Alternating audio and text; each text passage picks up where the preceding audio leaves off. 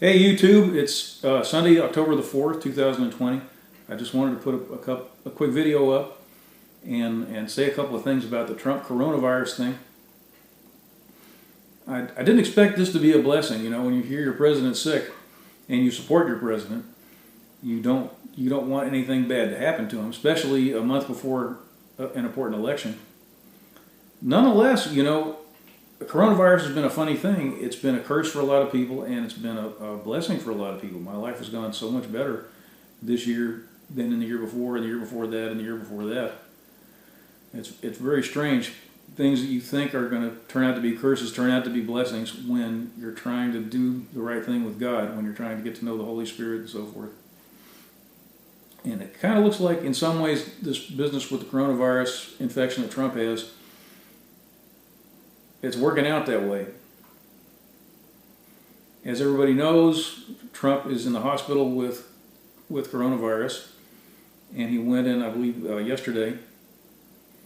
And it's really a very sad thing to see on the left. A lot of people were full of glee and were talking about karma. And they don't talk about the karma associated with tearing apart babies in the womb. They didn't say a whole lot about that. But they did speak. They did use the word karma a lot with President Trump, which seems somewhat cold-hearted. Karma is not a Christian concept, so I don't really pay any attention to karma. It's something that comes from demon worship. It comes from Hinduism, or maybe it's Buddhism, because Buddhism comes from Hinduism. I don't know, but it's not something I pay a lot of attention to. I don't take it seriously. There is no such thing as karma. Anyway, I don't think people should have said those things, but I saw some things later on in the day that were really wonderful. I saw that people were gathering for the purpose of cheering President Trump on, rooting for him, showing him their support. People are gathered outside the hospital. He's at Walter Reed, was it Naval Hospital? Whatever it is, military hospital. Walter Reed was the guy who came up with, I believe, the yellow fever vaccine. I don't know. Anyway. They're gathered outside this hospital, rooting for him. You know, it's like they want him to come out and talk to him. And what did he do? He sent out his chief of staff to give them Trump-labeled chocolate kisses, which I think is just tremendous. These people are standing out here in the dark, you know, and they're eating chocolate kisses. They came from the president. And of course, a couple of ladies showed up. Ladies is a very nice word, not really an accurate word to describe these people. But a couple of women, well, I'm not going to say anything about their appearance, but they came up to give everyone the finger and say and chant things like "Your president is going to die" and how happy they were about it. And there was some other character holding a sign that said "Science matters." But overall, it was Trump supporters, and they were, you know how Trump supporters are. They were happy. They were waving their flags. Just a really wonderful thing to see. It was so wonderful. I don't remember people doing things like that for other presidents. Of course, I don't know if any of them, any recent presidents have been hospitalized. Can't recall. Anyway, I thought it was tremendous. They had I got a list of some of the things that have been done. The most impressive thing was the governor of Ohio, a guy named Mike DeWine. I had to look that up. He has declared today a day of prayer for President Trump and his wife. I mean, that's a huge thing. This is exactly what our country needs. The reason we have coronavirus and all our other problems, the reason we have rioting, domestic terror, it's because we turned away from God, and we're losing our favor. We're losing our protection from God. And what we need to be doing is praying and fasting, and people need to be standing up for the God of Abraham, Isaac, and Jacob. That would end our problems. So it's wonderful to see at least one governor stand up and ask for prayer and acknowledge God. That's just tremendous. What a wonderful thing that is. If Trump if he had to have the sniffles for a couple of days for that to happen, I think that's worth it. What else happened? Staten Island, New York, there's a big rally. People are doing their thing. Let's see, Worcester, Ohio. Some of these things were planned in advance, and others were spontaneous. So the news is the people on the left are making a big deal out of the fact that some of these things were already scheduled. But not all of them were, and even if they were, they're taking a different tone now that the president's in a hospital. So Worcester, Ohio, there's a parade. Columbus, Ohio, Staten Island rally. They're having in Massachusetts of all places, Plymouth to Nashua. I hope I'm pronouncing that right. New Hampshire. They're having a caravan in the middle of socialist territory. Anchorage, Alaska to Wasilla caravan. They're having a MAGA drag the interstate caravan in Colorado. I don't know how many of these things fall under the MAGA drag the interstate, penumbra. I don't know how many of these are part of that movement. That one certainly is. Gulf Breeze, Florida, having a caravan. Down the Elizabeth River in Virginia, they're having a boat parade. Albany, New York, of all places, a caravan. Humboldt County, California, which is where President Reagan was born, I believe. Caravan. Memphis, they're having a parade in Memphis, liberal stronghold. And I found out that near me, I didn't know about this until just a few minutes ago, there's a place called The Villages, which is a huge retirement complex. It's, well, I was going to say something that could be taken the wrong way, but it's, some people call Florida God's waiting room. It's full of elderly people. So it's like a big playground for people who don't have to work anymore. Anyway, they have 3 town squares in The Villages, and they're having prayer services in the town squares. And I just thought this stuff was tremendous when I started hearing about it. I was watching last night and looking at people on YouTube standing outside the hospital and so forth. And I just felt this wave of love, It's the funniest thing, ordinarily I don't feel much of an emotional attachment to politicians. I like George Bush. I thought he was a nice guy. Barack Obama was not the most likable person on earth, and, his head was this big. And Bill Clinton was, well, I don't know what to say about that. But I just felt these feelings of warmth for President Trump. And I thought to myself, I just had this feeling that when he sees these people out in the street with their flags and their hats, wishing them well, praying for him, talking about how much he means to them, regardless of what kind of man he was before he was elected, surely that has to change his heart. Surely he has to feel something when he sees that. He was not a saintly person when he was elected. I mean, a casino owner, fairly proficient at adultery, irritable. I mean, he wasn't St. Francis of Assisi. And I think smart people don't really hold him out as a man of God. I mean, he's helping people, but he's helping people. He's helping people that belong to God. He's helping Israel. He's helping the unborn. So he's been a friend of God, even though he hasn't been a man of God. But surely he must be changing. Surely he must be changing. Surely this outpouring of love must mean something to him. It has to. I watched these rallies and these events on YouTube and so forth, and I thought, of course, it seems like everything makes me think about the rapture now. I thought about the rapture. I thought, this is what America is supposed to be like. It's supposed to be a place where people just swim in love. This is what the world would have been. It would have been if we had not rejected God. Most Americans had no interest in God. God gave me a phrase the other day. It's really strange. He said, we don't care about the truth. And he wasn't talking about we, meaning himself or anyone in heaven.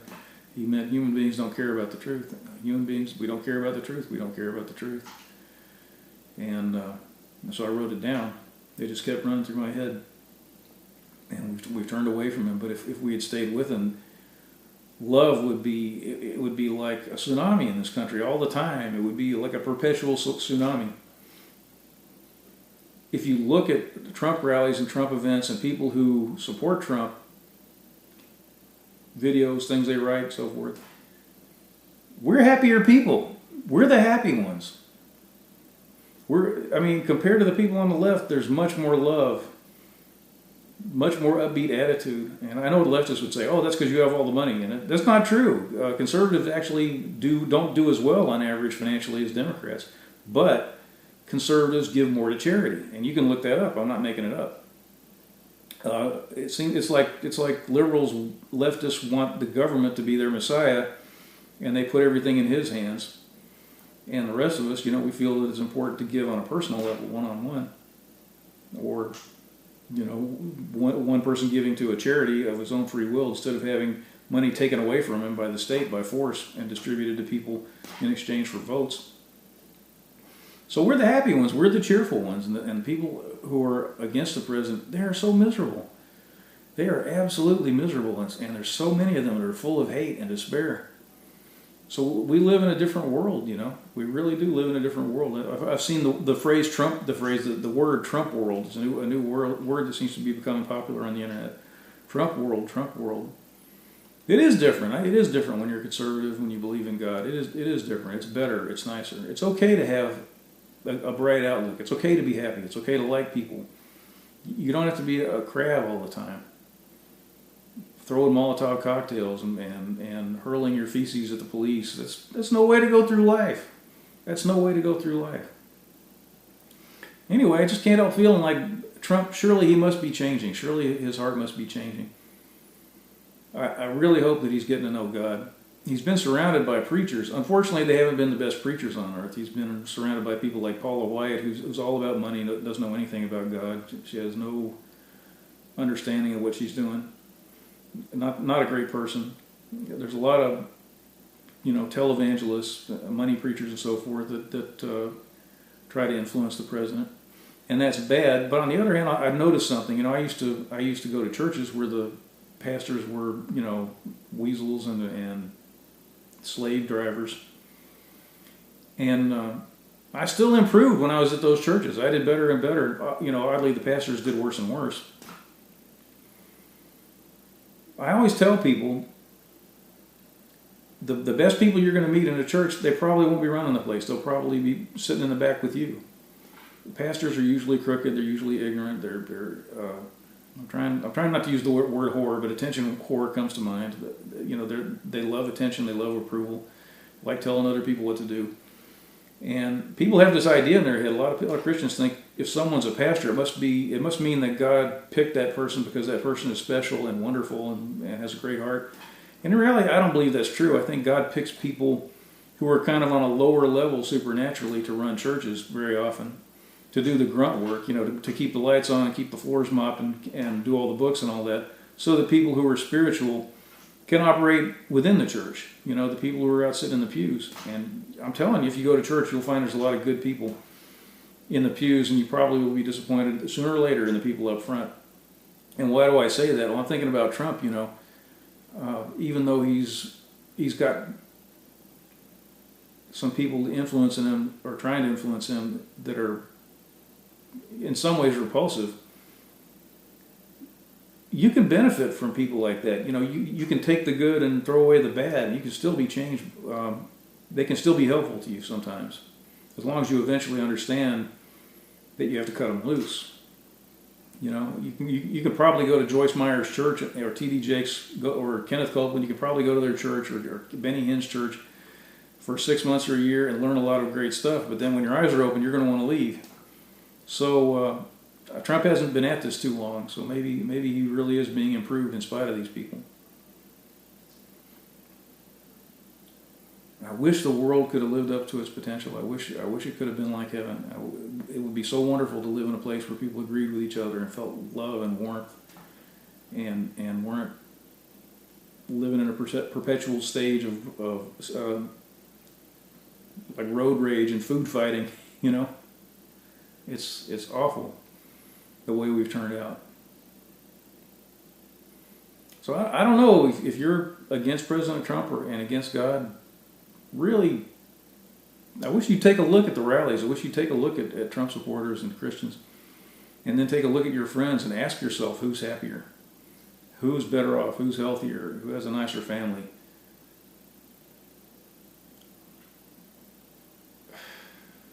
You need to be on the right side of history for your own sake and for your family's sake. Obviously, things are going better for us. Obviously, we have more freedom and peace. So I wore my hat today. I'm not a huge fan of wearing political stuff, but I wore my hat today because President Trump's in the hospital, and I really hope he comes home soon. I think it'll be good for his campaign. And truthfully, a lot of these people that are rooting for him to die, they need to kind of have that shoved in their face. They need to see him go home tonight or tomorrow morning. They need to see him pull through with a minor illness. They're saying, oh, he's old and he weighs 400 pounds and he's unhealthy and his doctors lie. And what are his doctors saying? They don't lie. I mean, I'm sure they're trying to make things sound good, but the facts they tell us, they say he's needed oxygen a couple of times for an hour or two. He had his oxygen level went down to something like 93%, which isn't that bad. They say he's walking, he's working, he keeps improving. They're thinking they might send him home within a day or two. So I don't know. I have high hopes. I think it would be. I hate to see the people who've cursed him and reviled him and lied about him. I hate to see them prevail against him. I hate to see the spirits that are assigned to take him down prevail. You know, witches get together and they curse conservatives. And witches are bad. Witches serve the devil. I mean, that's the point of being a witch, is to serve Satan. They claim that's not true. They say there's other spirits they serve, and, you know, smoke and mirrors. But bottom line, if you're serving any spirit other than God, you're serving Satan. And a lot of them know they're serving Satan, and they think Satan's a pretty good guy. And, you know, it's just common knowledge that Satan is bad. You shouldn't have to tell people that. He's bad. He's the bad one. He's not the good one. Watch the Fred Flintstone cartoon. There's the little angel over here, and there's Satan on this side. Satan's the bad one. He's the bad one. People should know that. They get together to curse Republicans. They curse George Bush, and they curse Trump. And they never curse Democrats. You never see that. You never see them saying, boy, that Nancy Pelosi, she needs a curse. Let's all get together in a park or a stadium and burn our black candles and lay a curse on her.